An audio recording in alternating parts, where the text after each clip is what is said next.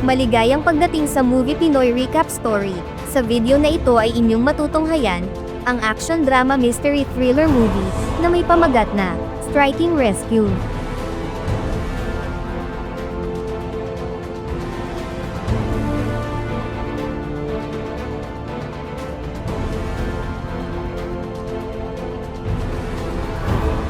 Nagsisimula ang lahat sa isang masayang pamilya na binubuo ng ama na nagngangalang Bayang, ang asawa niyang si Luo at ang kanilang nag-iisang anak na si Hailey. Sila ay isang magandang halimbawa ng simple pero perpekto na pamilya na punong-puno ng kagalakan sa araw-araw nilang pamumuhay ng magkakasama. Isang araw, habang sakay sila ng kanilang kotse papasok sa kani-kanilang trabaho at may hatid sa paaralan si Hailey ay biglang nagbago ang lahat sa isang kisap mata lang. Matapos tumilampo ng kanilang kotse ay sumunod na naaktuhan na lang ni Bai na mayroon ng mga misteryosong grupo ng individual ang pilit na tumatangay sa kanyang asawa at anak. Dagli siyang napasugod kaagad sa nasabing mga individual para pigilan sila sa kanilang ginagawa sa kanyang mag-ina. Subalit sa hindi inaasahan ay mayroon pa palang natitira sa mga ito na agad na pinuntirya si Luo. Napasigaw at napabalikwas na lang kaagad si Bai kasunod ng mabilisan niyang pagsasagawa ng kontra-atake. Walang kaalam-alam si Bai na maging si Hailey ay tinamaan na din pala kanina pa. Halos gumuho ang kanyang mundo nang sa isang iglap lang ay parehas nang nawala ng sabay ang kanyang pinakamamahal na asawa at anak at ang masaklap pa rito ay wala siyang ideya kung ano ang motibo sa nangyaring pananambang sa kanilang buong pamilya. Wala siyang sinayang na mga oras at panahon, agad siyang naghanap ng mga impormasyon na magtuturo sa mga pangunahing may pakana ng lahat ng nangyari. Nilusob niya ang isang kilalang notorious na grupo ng gang na nagpapabayad sa sinumang may gustong ipaligpit. Hindi man 100% may kasiguraduhan na sila nga ang kanyang hinahanap ay buong gigil niya pa rin na inubos silang lahat dahil alam niya na ang mga tulad nilang salot sa lipunan ay dapat ng mga puksa. Bawat pagbitaw ng mga atake ay nanunuot ang kanyang matinding galit. Nang wala nang natitirang tauhan ay ang tumatayong leader ng gang na si Ethan naman ang kanyang sumunod na nakaharap. Hindi na niya agad hinayaan pang makabuelo ito, binigyan niya ito ng magkakasunod na direktang pagpukol na mabilisang nagpabagsak sa kanya.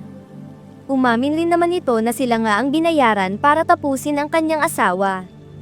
Sinabi nito na ang nagbayad ay nanggaling sa bilyonaryong boss ni Luo mismo sa pinapasukan na kumpanya ng delivery at logistic na si Mr. Ying Hao dahil nalaman nito ang kumpanya ay ginagamit sa pagde-deliver ng mga ipinagbabawal na kontrabando sa bansa. Mula sa mga revelasyong nalaman ay hindi na siya nagpatumpik-tumpik pa at nagsagawa si Bai ng pagmamasid sa buong pamilya ng nasabing bilyonaryong business tycoon. Narinig niya ang usapan ng pamilya nito na magbabiyahe sila patungo sa syudad kaya nagplano agad si Bai na maglagay ng mga pampasabog sa ruta na daraanan ng kotse na sinasakyan ng nasabing bilyonaryong may pakana ng lahat.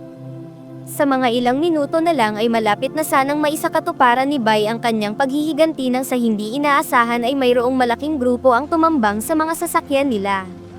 Lubhang naging napakagulo ng mga sumunod na tagpo at walang nagawa ang mga bodyguard ng bilyonaryo. Ang anak nito na nagngangalang Daoyin ay naging pangunahing target rin ng mga sumalakay na malaking grupo. Pilit nilang winasak ang kotse kung saan ito nakasakay kasama ang bodyguard na si Wu Zhen. Sa gitna ng patuloy na rumaragas ang gulo at labanan sa pagitan ng mga tauhan ng bilyonaryo at ng mga sumalakay ay lumitaw na ang may utak sa mga nangyayari na isang kilabot na mafia boss na kilala rin ni Mr. Ying Hao na si Don Yu. Tinangay ng mga mafia ang bilyonaryo gamit ang truck na ito na mabilis namang tinangkang habulin ni Wu Zhen. Habang pilit nitong sinusubukan na iligtas si Mr. Ying Hao ay nagdatingan pa ang dagdag na bilang ng mga tauhan ng gang na mafia at mabilis inubos ang lahat ng mga bodyguard na kasama ni Daoyin. Lumalabas na maging si Daoyin ay balak ring kuhanin ng mga ito. Nang sa puntong nag-iisang bodyguard na lang ang natitirang kasama ng estudyante ay dito na sumulpot si Bai at mabilis na tinapos ang ilan sa kanilang bilang. Labis na nagtataka si Bai kung ano ba talaga ang nangyayari at kung sino ang kumuha sa bilyonaryong gusto niyang tapusin. Wala siyang napagpilian kung hindi lumaban na rin sa mga miyembro ng mafia na sinimulang sumugod sa kanya. Sa mga ilang sandali ay hindi rin natiis ni Bai na tulungan ang anak ng taong sinasabing tumapos sa kanyang mag-ina nang makita niya itong malapit ng matangay ng maraming bilang ng mga humahabol. Agad silang sinundan ng mga ito sakay ng kanilang sasakyan kaya naisip ni Bai na sa kanila na lang gamitin ang pampasabog na dapat ay sa ama ng estudyante niya gagamitin. Ni hindi pumasok sa isipan ni Bai na ang paghihiganting nakatakdang isagawa ay mauuwi sa pagliligtas sa anak ng kanyang kinamumuhihan. Hindi nagtagal ay tuluyan na ring nabigo si Wozen na mailigtas ang kanyang amo mula sa mga mafia na kumuha rito.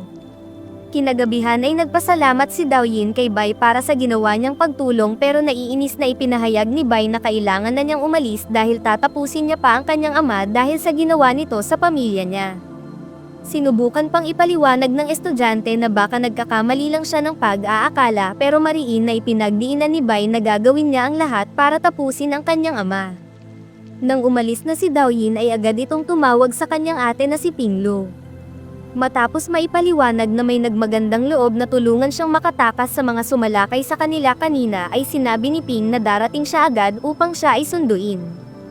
Habang naghihintay ay katakataka na lamang na isang pulis ang dumating na sinasabing pinadala siya upang may hatid pa uwi na lumalabas na isang kasinungalingan dahil makikita na lamang na matapos nitong tapusin ang isa pang naparaan na opisyal ay nakahanda nitong isunod si Daoyin. Sa kabutihang palad dumating si Bai para muli siyang iligtas sa pangalawang pagkakataon. Lumalabas na may nakapatong na malaking reward na pera ang sino mang makakapagligpit kay Daoyin mula sa bumabang utos sa isa pang leader ng mafia na nagngangalang Mauplay. Ito ay kasosyo ng tatay niya sa nasabing kumpanya at gusto na nitong makuha ang malaking bahagi ng pamamahala para magamit sa mga ipinagbabawal na pag-aangkat ng mga kontrabando. Dahil dito ay naging napakagulo ng hinaharap na sitwasyon ni Daoyin dahil maraming grupo ng iba't ibang gang ang nagka-interes na siya ay makuha. Bilang isang ama na nawalan ng anak ay hindi nagkibit-balikat si Bai na hayaan itong mapahamak at muli siyang lumaban para ipagtanggol si Daoyin. Matapos ang rumaragasang pag-entrada sa grupo ng mga nagtatangka kay Daoyin ay buong lakas niyang binanatan ang mga ito. Lahat silang mga nasa loob ng kwarto ay hindi nagsiobra at mabilis na naubos. Nang dumating naman sa tagpo na nagsisisugod na ang sandamakmak na hindi mabilang na rami ng mga miyembro ng gang ay lakas loob na sinalubong lahat ito nila Bai gamit ang motor. Dahil sa sobra talaga nilang dami ay hindi maiiwasan na magagawa silang makuyog ng mga ito. Pumalag si Bai at bigay tadong ibinuhos ang lahat ng kanyang buong makakaya para muling makasakay sa motor na gamit nila pang takas. Lahat ng sumasalubong ay walang alinlangang binabangga ni Bai hanggang sa matagumpay nilang magawang makalabas. Subalit hanggang rito ay makikita na lubhang napakarami pa rin ng kanilang bilang na tila na daragdagan pa sa paglipas ng mga segundo mula sa nagpapatuloy na maaksyong sitwasyon. Ang iba sa mga gangster ay talagang nais silang tapusin kaagad sa puntong ito, sa kabutihang palad ay maswerteng nakakaiwas naman si Bai. Kahit saan sila magtungo ay ayaw talaga silang tigilan ng hukbo ng mga nasabing gangster na patuloy silang hinahabol kahit pa ang ilan sa kanila ay nagtatalsikan na. Tila ang mahalaga lang talaga sa kanila ay makuha si Daoyin kapalit ng malaking perang reward na ipinataw ng mga makapangyarihang mafia. Sa ilang saglit hindi inaasahang nahulog sila sa gamit nilang motor. Wala silang ibang napagpilian kung hindi mapatakbo na lang ng matulin. Sa kakaunting distansya na lamang ay makukuha na sila ng mga ito kaya pilit pa rin ginagawa ni Bai ang lahat ng makakaya para maprotektahan si Daoyin. Nabigla na lang sila nang malapit na silang ma-corner ay bumukas ang isang pinto sa may gilid at lumabas ang notorious na assassin na nagngangalang Yanji na gustong masolo ng buo ang perang makukuha kaya isa-isa nitong tinapos ang mga humahabol na mga gangster. Minaliit nito si Bai at sinabing ibigay na lang sa kanya si Daoyin para hindi na siya magkaroon ng problema na agad namang tinutulan ni Bai kaya nagkaroon sila ng pagtutuos. Lahat ng kanyang pinakawalang mga pag-atake ay walang hirap na naiwasan lahat ni Bai at siya pa ang paulit-ulit na pinabagsak ng inaakala niyang ordinaryong lalaki lang. Nang aalis na sana sila ay nagawa pang makabangon ng kalaban na assassin kaya pinauna na itong pinababa ni Bai at sinabing susunod na lamang siya. Sinalubong agad si Daoyin ng iba pang mga nag-aabang na mga gangster habang si Bai naman ay patuloy na nakikipagbakbakan sa isang ito. Nang matagumpay ng nag-api ni Bai ang mahigpit na katunggali ay narinig na lamang niya ang alingaw ng sunod-sunod na mga putok. Nakita ni Daoyin na si Wo Zeng ang may gawa nito, Nang naalala niya ang sinabi ng kapatid na wala na dapat silang pagkatiwalaan sa mga kasama nila sa nangyaring pananambang ay tumakbo agad siya sa pag-aakala na kasabwat ito ng mga mafia at gang. Nagkaroon sila ng umaatikabong bakbakan, sinigurado ni Bai na walang sino mang makakagawa ng masama kay Daoyin. Matapos maagaw ang armas ay umalis na sila at hindi na napakinggan ang tugon ni Wu Zeng na hindi siya kakampi ng mga kalaban. Dahil sa mga tinamo ay dumiretso agad silang umupa sa isang apartment para makapagpahinga at makabawi ng lakas si Bai. Kaila sa kanilang kaalaman ang bantay ng nasabing apartment ay konektado sa mga grupo ng gang. Hindi nagtagal ay nagdatingan kaagad sila, nakahanda ng sugurin ang kwarto na kanilang kinaroroonan. Ngunit sila pa ang sinurpresa ni Bai nang bigla nitong sinalubong sila sa kanila pa lamang na pagtatangkang pumasok. Patuloy niyang masikap na pinoprotektahan si Daoyin, kahit gaano pa sila karami at buong araw nang nakikipagbakbakan ay walang kapaguran pa rin niyang ginagawa ang lahat ng kanyang makakaya. Hindi nagtagal ay matagumpay na naubos lahat ni Bai ang lahat ng mga nagsisugod na mga ito at muli na naman niyang nailigtas si Daoyin mula sa pang-ilang beses na pagtatangka na siya ay makuha. Nang napagdesisyonan nilang umalis na lang sa lugar ay muling nagbabalik ang babaeng asasin na nakaligtas pa pala sa nangyaring laban nila kanina. Dahil tila wala na talagang natitira pang lakas si Bai ay walang kahirap-hirap na lang siya nitong napabagsak. Sa kabutihang palad ng siya ay tatapusin na ay biglang dumating si Wu Zhen at tinulungan sila. Makalipas ang buong gabi nang siya ay magising sa masalimuot na panaginip ng nangyari sa kanyang pamilya ay hindi niya nakontrol ang kanyang galit at inatake niya agad si Wu Zhen. Agad siyang inawat ni Daoyin at ipinaliwanag na tinulungan siya ni Wu Zhen kagabi. Nang mahimasmasan ay sinabi na ni Bai na dito na natatapos ang pagtulong niya sa kanya at sumama na lang siya pauwi kay Wu Zhen upang maipagpatuloy na niya ang hinahangad niyang paghihiganti sa tatay niya sa oras na mahanap na niya ito. Dahil hindi na nila maawat ang isang ama na lubos na nagdadalamhati sa nangyari sa kanyang pamilya ay pinatulog ito ni Wu Zhen upang mapigilan sa kanyang mga binabalak. Dumating na rin ang ate niyang si Ping Lu kasama ang iba pang mga bodyguard na tauhan ng kanilang ama. Subalit hindi lubos akalain na maging ang mga ito ay mga traidor pala at mabilisan nilang kinuha sila Daoyin.